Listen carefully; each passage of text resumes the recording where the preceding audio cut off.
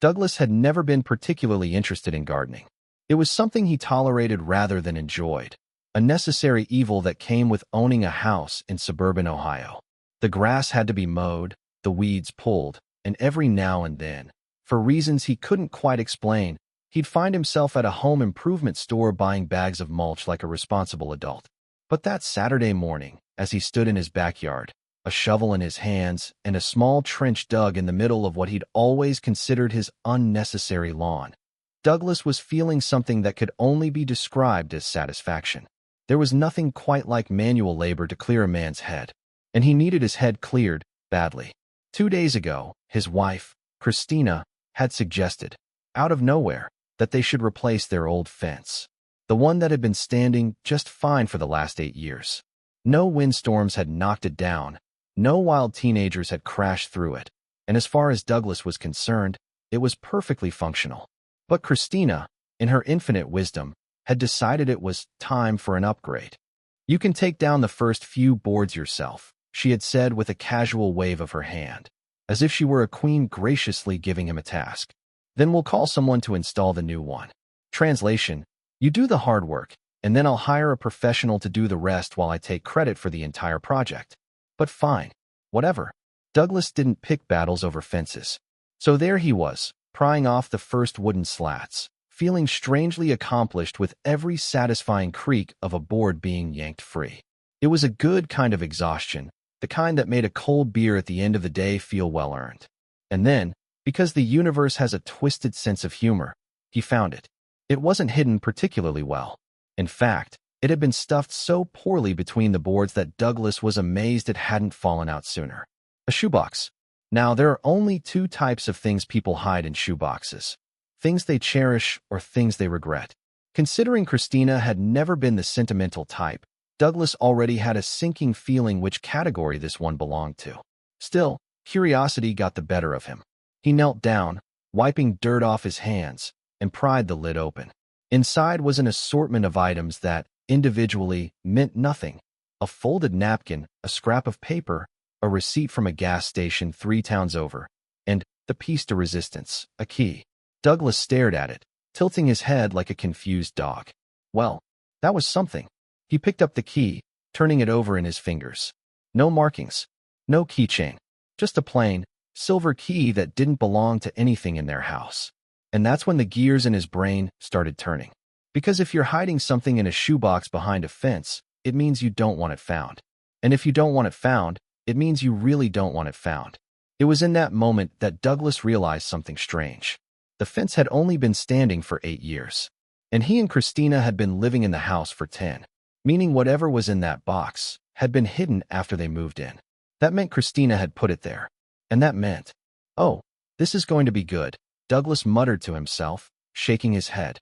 Most men would have been overwhelmed with a sinking dread at this realization. But Douglas had always been a firm believer that if your life is going to fall apart, it should at least do so in an entertaining way. He carried the box inside, setting it on the kitchen counter like some cursed artifact. Now, there were a lot of things he could have done. He could have asked Christina about it directly. He could have waited for her to come home and played it cool. He could have even pretended he hadn't found it at all. But where was the fun in that? Instead, Douglas did what any rational, level-headed husband would do. He grabbed his phone, took a picture of the box, and sent it to Christina with the caption, "Should I be concerned, or did you just forget where we keep our spare keys?" And then, because he knew her well enough to know how this would go, he turned his phone on silent, poured himself a cup of coffee, and sat back to enjoy the inevitable unraveling of whatever ridiculous mess he had just stumbled into. 5 minutes later, his phone lit up with an incoming call, then another, then 3 texts, and then, finally, a single message that made Douglas exhale through his nose in amusement. "Douglas, do not touch anything." Oh, there it was. The unmistakable panic of a woman who had just realized her carefully buried secret had been unearthed. Douglas took a sip of his coffee, grinning. "Oh, Christina," he muttered to himself. "You really should have picked a better hiding spot." Douglas didn't move the shoebox. He left it exactly where he'd placed it on the kitchen counter, partly because he wanted Christina to see it the second she walked in, and partly because moving it would imply that he was nervous. He wasn't. He was amused. A responsible husband might have done some deep soul-searching about what he'd just uncovered. Maybe sat down with a glass of whiskey and stared at the wall like they do in movies when a man realizes his life is unraveling. Douglas, on the other hand, decided this was the most fun he'd had in months. He checked the time. Christina wouldn't be home for at least another hour. That meant 60 full minutes of sitting back and watching her text him every variation of "don't do anything stupid" and "I can explain" before she got home and had to actually explain. If there was one thing Douglas had learned over the years, it was that people who actually have explanations tend to lead with them. The fact that Christina was still stalling meant that whatever was going on here wasn't something she could easily smooth over with a quick lie. And that made things interesting. The key was still sitting inside the box, looking completely normal in the most suspicious way possible. Douglas picked it up again, rolling it between his fingers. There was nothing special about it. No tag, no brand, no markings at all. Just a plain key that apparently needed to be hidden outside, like some classified government secret. He tapped it against the counter, considering his options. 1. He could wait for Christina and let her squirm her way through whatever story she was going to attempt. 2. He could find out what the key opened before she got home. He wasn't patient enough for option 1, so that left option 2. Douglas grabbed the key, pocketed it, and headed straight for the garage. The obvious first step was their own house, but that was too easy. Christina wouldn't have hidden it if it was just a spare for the front door. That meant this key belonged to somewhere else. Douglas moved through the house systematically. Garage cabinets? Nope. The old shed in the backyard? Also no. He even tried their mailbox just in case, but nothing. That was fine. It would have been too easy if she'd hidden a key for something right in their own backyard. No, this was leading to something better. Douglas had just stepped back into the kitchen when he heard the front door unlock. Showtime. Christina walked in fast, like she had been sprinting to get home, but stopped cold when she saw the shoebox still sitting on the counter, exactly where he had left it. Her face did something interesting in that moment. It wasn't shock. It wasn't even guilt. It was something else, like someone who had bet on a very specific reaction and realized too late that they had underestimated the other player. Douglas leaned against the counter, arms crossed. "Welcome home," he said cheerfully. Christina's mouth opened, then closed. She looked at the box, then at him, then back at the box. "I texted you not to touch anything," she said. "And I texted you a very simple question, which you ignored," Douglas pointed out. "So I figured I'd go ahead and answer it myself." Christina exhaled, stepping forward. "Doug, first of all, let's talk about the shoebox," Douglas cut in. "Because wow, classic move. Love the effort. The fence though? Really? Of all places. We've got a whole attic, a basement, and you chose a fence." Christina pinched the bridge of her nose. "I can explain." "There it is," Douglas said, pointing at her. "I knew you'd say that. People with good explanations lead with them. You, on the other hand, are about to spend the next 10 minutes saying things like, 'It's not what you think, and I was going to tell you.' Which is hilarious, because we both know neither of those things are true." Christina's jaw tightened. "Do you ever shut up?" "Not when I'm having this much fun." She exhaled sharply and stepped toward the counter, reaching for the box. Douglas said, grabbing it first and holding it just out of reach. "Not so fast. I feel like I should get a reward for digging this up, don't you?" Christina's hands clenched at her sides. "Doug," she said, her voice forced calm. "Put the box down." "Why?" "Because it's—" She stopped, clearly thinking through her next words very carefully. Douglas raised his eyebrows. "Go ahead. Say it." Her eye twitched. Christina was really trying to get out of this. He could see the wheels turning in her head, searching for some angle to get him to drop it without actually answering anything. Douglas wasn't going to let that happen. "So here's the thing," he said, setting the box back down on the counter and flipping it open. "We've got a napkin with a number written on it, a receipt from a gas station that is absolutely nowhere near where you've ever said you go, and, of course, the mysterious key." He held it up between his fingers, watching her closely. Christina's expression flickered. Not much, just for half a second, but it was enough. Douglas grinned. "That's the one, isn't it?" She schooled her face fast, shaking her head. "I don't even know what that key is for." "Oh, please," Douglas scoffed. "You know exactly what it's for. You just weren't expecting me to find it." Which, honestly, that part hurts a little. After 10 years of marriage, you really thought I wouldn't find something you hid this poorly? Christina's hands clenched again, and Douglas could tell she was right on the edge of saying something she'd regret. And then, just like that, she made her decision. She exhaled and went for what he liked to call the ultimate deflection move. "You know what, Doug?" she said, voice sharp. "I don't have to explain anything to you. If you're going to be like this, then—" Douglas started laughing. Actually laughing. Because wow. Just wow. She was really going to try and flip it like he was the problem. Christina crossed her arms. "What's so funny?" "Oh, just the sheer audacity," Douglas said, wiping his eyes. "This is some A-plus manipulation right here. Textbook. Beautiful, even. You're really about to act like I'm the crazy one for asking questions about the shoebox you hid behind the fence. Because you're making a huge deal out of nothing." "Oh, of course," Douglas said dryly. "A mystery key, random receipts, and a phone number stuffed in a shoebox behind a fence. That's nothing." Christina glared at him. Douglas shook his head, pocketing the key. "Well, since it's nothing, I guess you won't mind me checking it out myself," he said. And before she could stop him, he grabbed his keys, turned, and walked right out the door. Douglas had exactly one plan: walk out of the house confidently, because that alone was enough to make Christina lose her mind. He wasn't even sure where he was going yet, but watching her squirm in real time, worth every second. As soon as he stepped outside, he didn't even make it 5 steps before the front door swung open behind him. "Doug, get back here," Christina snapped. "Busy," Douglas called back, jingling the mystery key in his hand like it was the most important artifact in the world. "Doug, I swear to." The door slammed shut. He grinned. That meant she wasn't going to follow. Of course, she wouldn't. Because if she did, that meant she was admitting this was important. She was banking on the idea that he wouldn't be able to figure out what the key was for, which was cute. Now, was Douglas a man who had ever studied the fine details of key shapes? Absolutely not. But was he a man who had spent enough time in a house filled with locked things to at least guess? Yes. And there was one place he hadn't checked. The basement. Douglas had never been a big fan of the basement. Not because it was creepy, though it was creepy, but because it was mostly a dumping ground for things Christina had once insisted were so important, but hadn't seen in 5 years. Old furniture, boxes of clothes that might be useful someday, and shelves of holiday decorations. Because apparently, no human household can function without at least 3 different Thanksgiving-themed table runners. The basement door had always been locked, but they had a key for it on the fridge. At least, they used to. That key had mysteriously gone missing about 6 months ago. Douglas had asked about it once. Christina had shrugged. "We probably just misplaced it," she had said. "It's fine." At the time, he had accepted that, because why wouldn't he? Now, he wasn't so sure.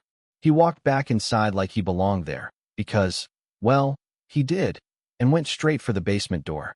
Christina was still in the kitchen, watching him like a raccoon caught trying to drag an entire loaf of bread out of the trash. "Doug," she started. Douglas slid the key into the lock and turned it. Click. Well, well, well. He pushed the door open. Christina didn't move. Didn't breathe. Interesting. Douglas flipped the light switch and stepped inside. He wasn't sure what he was expecting, but it was normal. Same shelves, same furniture. Nothing was obviously different. He walked further in, hands in his pockets. Nothing. Nothing. More nothing. And then, oh, a small filing cabinet. One he had never seen before. Now, there are certain things a man is supposed to recognize in his own home. The TV remote. The Wi-Fi router.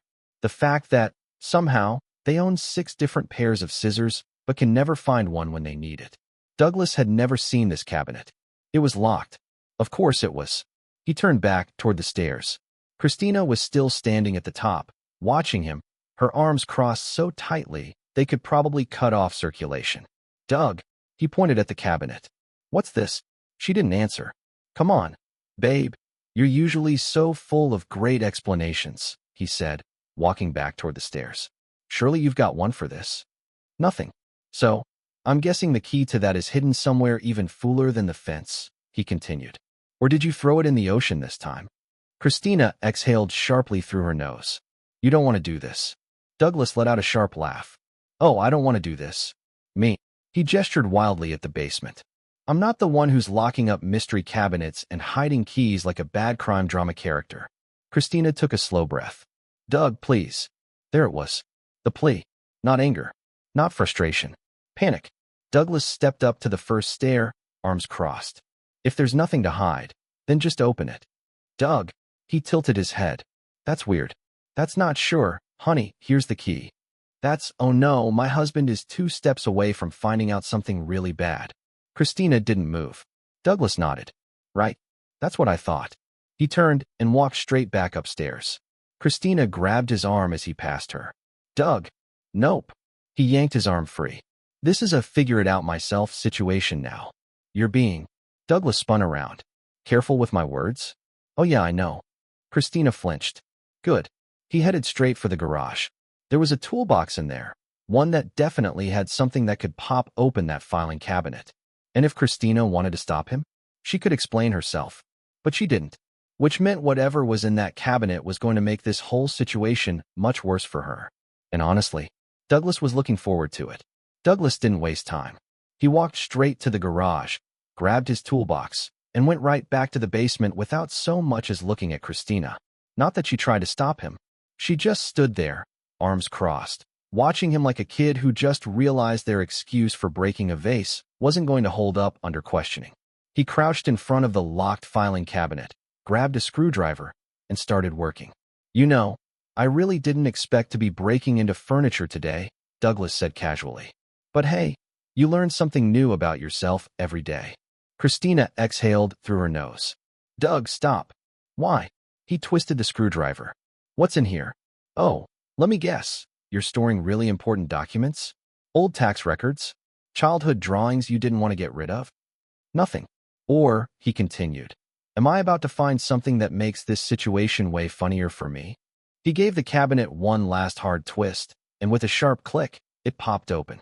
Douglas sat back on his heels and looked up at Christina. She was standing in the exact same position, but her fingers were digging into her arms now, and there was something new on her face. Defeat. He smirked. That bad, huh? She didn't answer. Douglas pulled the drawer open, and there it was. More papers, sure, but these weren't tax records. He grabbed the first one, a car rental agreement, under Christina's name, for a car he had never seen in their driveway. Well, that's interesting, Douglas said, flipping through the details. This is from 3 months ago. What car was this, honey? Don't tell me you just forgot to mention you rented one. Silence. He pulled out another paper. Credit card statements. Except, these weren't for their shared account. No, this was a separate one he'd never seen. And boy, what a list. He scanned down the transactions. The rental company, gas stations, a furniture store. And then, Douglas burst out laughing. A storage unit? He held up the paper. You actually rented a storage unit? Christina, my love, my darling wife. What could you possibly need to hide so badly that a basement cabinet wasn't enough? Her jaw clenched. And that was when Douglas knew. This was it. This was the thing she really didn't want him to find. Douglas stood up, tucking the papers under his arm, and walked right past her. Where are you going? Christina asked sharply. He snorted. Where do you think? She grabbed his wrist. Doug, listen. He yanked free. No, you listen. You've had all day to talk. Instead, you've spent it looking like someone who just got caught robbing a bank with a water gun. Christina stared at him, mouth opening, then closing. And that was fine, because Douglas was done listening anyway. He had a storage unit to visit. And, just for fun, he was taking his time getting there. Why rush? If Christina wanted to panic, he was going to let her panic properly. So instead of driving straight there, he made a few extra stops first. First, a hardware store. Not because he needed anything, but because nothing said, I am up to something, like buying duct tape and a pack of zip ties. He made sure to keep the receipt because Christina was definitely going to check the trash later. Next, a print shop. He had an idea. A fantastic idea. Because if there was one thing Douglas knew, it was that the best revenge wasn't yelling. It wasn't screaming. It wasn't even exposing someone in the most dramatic way possible. No, the best revenge was theater. So he printed exactly what he needed, picked up a few extra supplies, and then, only then, did he head to the storage unit. When he pulled into the lot, he wasn't surprised to see Christina's car already there, leaning against it, arms crossed, waiting for him. Douglas got out, completely unbothered. You drive faster when you're desperate, he commented. She didn't react. Doug, don't. He pulled out the rental paper. Unit 74, right? Christina's throat bobbed, which was a yes. Douglas smiled, pulled out the key, and walked past her. Christina followed. Doug just. He unlocked the unit and threw the door open. And wow, inside, there wasn't much. A couch, a TV, a set of dishes, and a fully made bed. Douglas let out a low whistle. Well, well, well. Christina stayed silent. Douglas turned, raising an eyebrow. Now, I could pretend to be confused, but let's be honest. This is about as subtle as a clown at a funeral. Still nothing.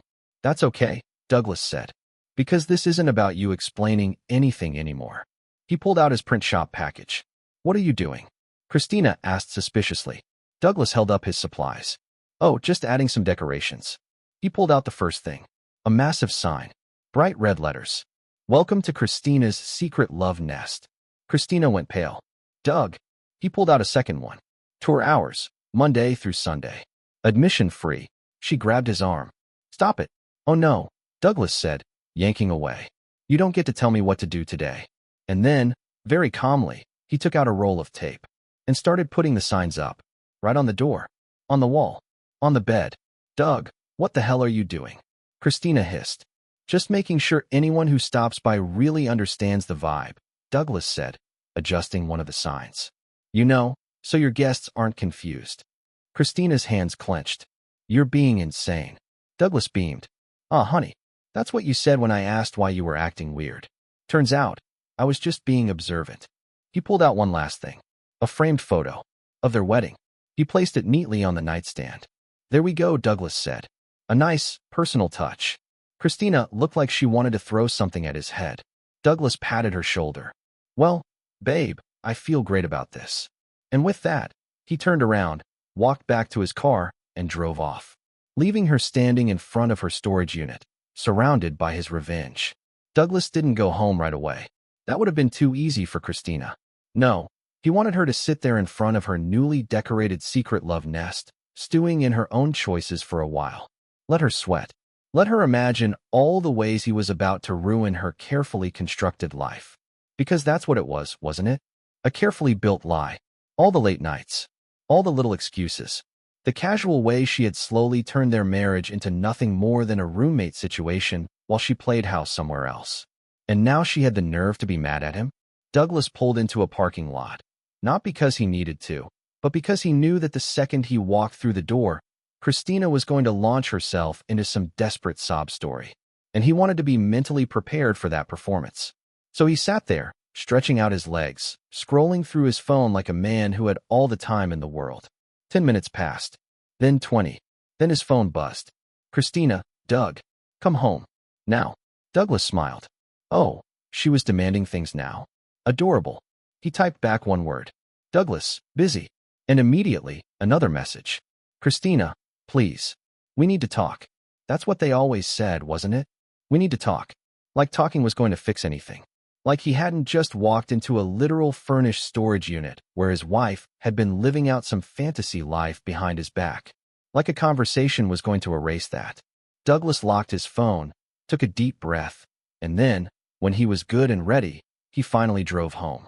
As expected, Christina was waiting for him the second he walked through the door. And wow, she had really gone all in on the tragic betrayed wife act. Messy hair, red-rimmed eyes, a glass of water in her hands. Because of course she had to look like she had been sitting there, too overwhelmed by emotions to do anything but sip water and reflect on life. Doug, she started, voice already thick with forced emotion. Douglas held up a hand. Let me guess. It's not what I think. You were going to tell me. This is all a huge misunderstanding, and actually, this is somehow my fault. Christina flinched. Gotcha. She wiped her face like she was clearing away invisible tears. Doug, I never meant for this to happen. Douglas let out a sharp laugh. Ah, yes. The oops. I tripped and fell into a fully furnished secret apartment defense. Classic. Can you stop being like this for 1 second? She snapped. Like what? Douglas crossed his arms. Angry? Oh, so sorry. Let me just switch to understanding husband mode and tell you how valid your secret double life was. She exhaled, gripping the glass tighter. I know you're hurt. Wow, Douglas said. You think? Incredible insight, Christina. You should teach a psychology class. I'm trying to talk to you, she hissed. And I'm letting you. Douglas said, tilting his head. But I do need to warn you. I have a very low tolerance for bad acting, so make it convincing. Her face twisted. You think this is funny? Oh, hilarious, Douglas said. My wife cheating on me. 10 out of 10 entertainment value. Christina slammed her glass down. It wasn't like that. Oh, Douglas tapped his chin. So you weren't hiding a separate apartment? Weren't sneaking around? Weren't acting like a woman with a second life? She opened her mouth, then closed it. Douglas smiled. That's what I thought. Christina's hands curled into fists. Doug, please. And there it was. The real performance. Her shoulders dropped. Her expression softened. She even did that thing where she looked up at him like she was just a small, helpless woman who had made a little mistake and needed her big, strong husband to forgive her. Douglas had seen this move 100 times before. It was the exact face she used whenever she really didn't want to take responsibility for something. She had used it when she wrecked their car and blamed the rain. She had used it when she forgot his birthday and swore she had planned something but just got too busy. And now she was using it again. Because of course she was. Douglas didn't say anything. He just waited. And sure enough, I was so lost, Christina whispered. I felt like I was losing myself in this marriage, like I wasn't me anymore. She put a hand to her chest like she was in a made-for-TV drama. I was just trying to find myself again. Douglas blinked. Uh-huh. She took a slow step forward. You have to understand, I never wanted to hurt you. I never meant for this to happen. Oh, so this was an accidental apartment? Douglas asked. Like you accidentally signed a lease and accidentally furnished it and accidentally kept it a secret? Christina's lips trembled. Doug, you know how much I've been struggling. Douglas sighed dramatically. Ah, yes. The struggling woman defense. The last resort for people who get caught doing fool things. I have been struggling, she cried. Doug, I needed something for myself. Douglas stared at her, then nodded. You know what, he said. You're right. Christina's face lit up with hope. I've been so selfish, Douglas continued. I can't believe I expected my married wife to live in the same house as me. Christina shifted, uneasy. And you absolutely deserved a secret apartment, Douglas added. I mean, why would you ever think to just talk to me? No. Hiding it was definitely the correct move. She swallowed. Douglas clapped his hands together. Welp, you've completely convinced me. I am so sorry for not being more understanding. We should definitely stay married now. Christina's lips pressed together. You're being sarcastic. Oh no, Douglas said. This is completely serious. She crossed her arms. Doug.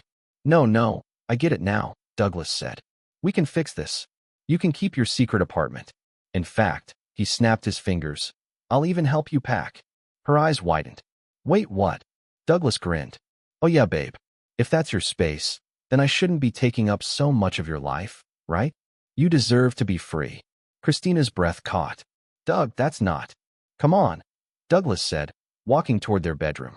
Let's get you all settled in. You want your clothes? Some extra pillows? How about all your stuff? Christina's entire face drained of color. Doug. No, Douglas said, smiling. This is what you wanted, right? She stepped back. He picked up a suitcase. And just like that, for the first time all night, she had nothing to say. Douglas wasn't the kind of man who made rash decisions. He wasn't impulsive. He didn't throw things in anger. He didn't say things he didn't mean just to win an argument.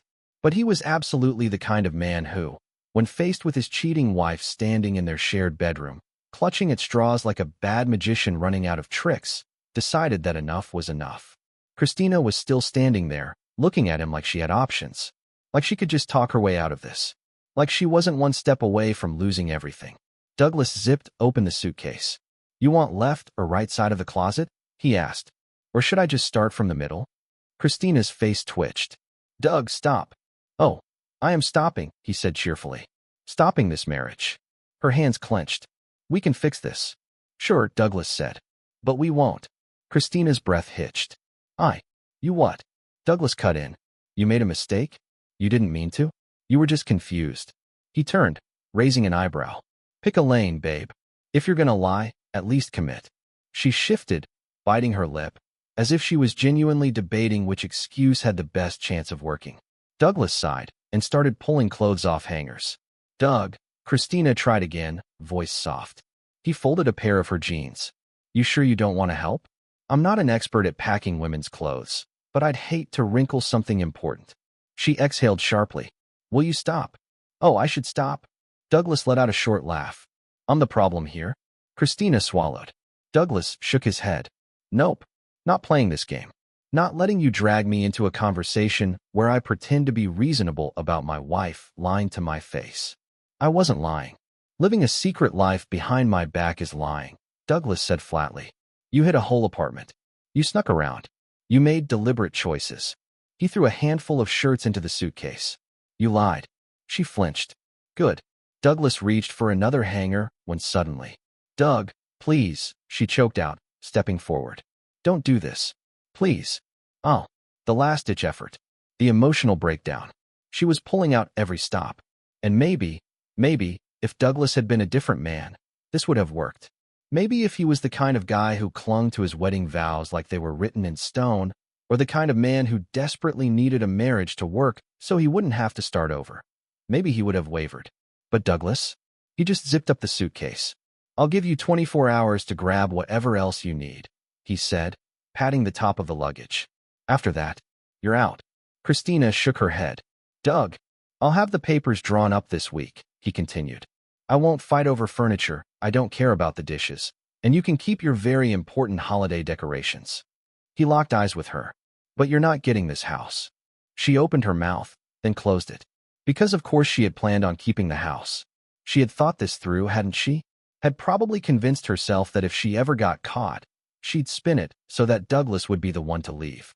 That he'd get so angry, so emotional, that he'd storm off, and she'd stay right here, comfortable, with his things in his life, while he just disappeared.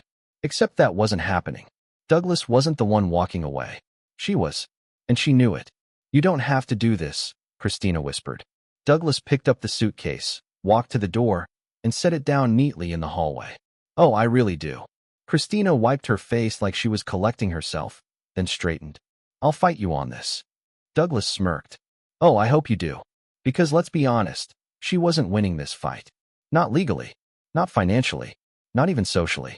Because Douglas was petty. And Christina? Well, Christina had a lot of people in her life. Friends, family, coworkers. And you know what all those people loved? A good story. And Douglas? He was about to give them one. He pulled his phone out of his pocket, turned the screen to her, and pressed play. Christina's eyes widened. Because there, on the screen, was her storage unit. Not just the inside, not just the furniture, but the signs. Welcome to Christina's secret love nest. Tour hours, Monday through Sunday. Admission free. The framed wedding photo. The entire masterpiece. Captured in stunning HD. Christina made a noise that wasn't quite human. You filmed it. Douglas grinned. Babe, I documented it. And then, very calmly, he clicked send. Christina lunged. Who did you? Oh, just a few people, Douglas said, stepping out of reach. You know, your friends. Your coworkers. Your mother. Christina froze. And that was when Douglas saw it. The exact moment she realized she had lost everything. It was beautiful. Douglas grabbed the suitcase, rolled it to the door, and held it open. You can leave now. Christina didn't move. She didn't yell. She didn't even argue. Thanks for watching. Rate the story in the comments. Subscribe to the channel